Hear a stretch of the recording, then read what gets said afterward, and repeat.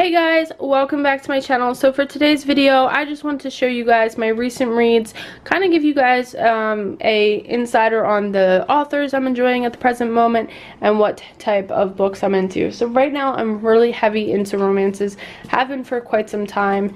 I just find them to be lovey and sappy, and I'm just kind of in that wanna cry mood. So as you can tell, Debbie Macomber is probably one of the most, well, she is the biggest author on this table because I have 5 of her books. But she has a great way of writing love stories without being too much into, I'll say, the hot and steamy romance. She's more about building up the relationship and building up the connection and the chemistry. So that's why I fell in love with her books, and I just really enjoyed reading them. All her books have love stories. They're all different love stories. No two love stories in here, in any of the books, are the same. They're all different. They all build in a different way. You know, some of it is, no, we shouldn't love. Some of it is, you and I are completely different. Some of it is, you know, there's a loss, there's a tragedy before, and then they build to something. I mean, the only thing that comes to be the same is that they're all romances, and that she builds their story in some shape or form. I mean, this one is completely off the radar of reasons why. There's a girl, we'll call her the preppy, you know, gotta get my nails done, my hair done kind of girl, who divorced her husband and leaves him, but falls in love with a guy that is covered in tattoos. He has, you know, arrest record, but he's a great dad now. He's completely changed his life around, and that's the fun part about this. You have in this book a gentleman, there's 2 love stories actually in this. There's a guy that has such a caring and strong heart that when he falls in love and he's like, I want to move forward, goes, I can't, because I have something in my past that I gotta close. And it's not another love affair, it's not a child that he doesn't know about.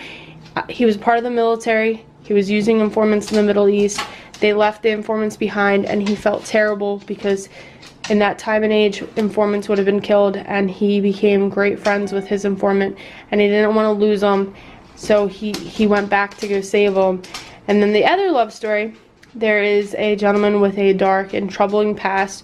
Not even troubling, he liked to drink, and him and his brother got into a car accident, and his brother died, and he just holds that loss and that sorrow deep to him, and he's just so upset and unnerving that he kind of just shuts everybody out.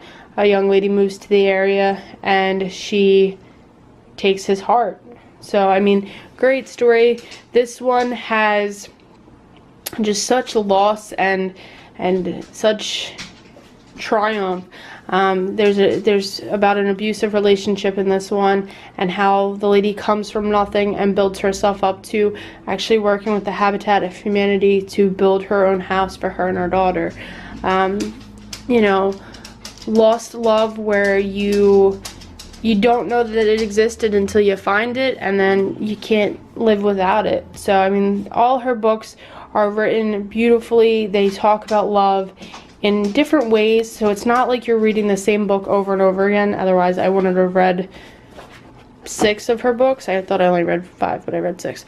Like, I wouldn't have read 6 of her books if they were all the same. I mean, it wouldn't be fun and intriguing, but all her stories are different. Even though Alaska Skies and Alaska Night, these are part of a series, even these 2, the stories are so different, but they coexist with each other. That's why I continued on the series, and I'm going to get the next book. So they're all great books. And then you have Jodie Thomas and Jen Gilroy. Both have great writing. I love how she talks about the wilderness and out in the wilderness and farms and ranches and stuff. I like how she incorporates that, but I also like how she incorporated like big city life into this, and just the difference of it, and the loss of a child, and how that brings them together, her and the sheriff together. I mean, there's just so much in there that it just overflows with love, but not like craziness. Then you got this one.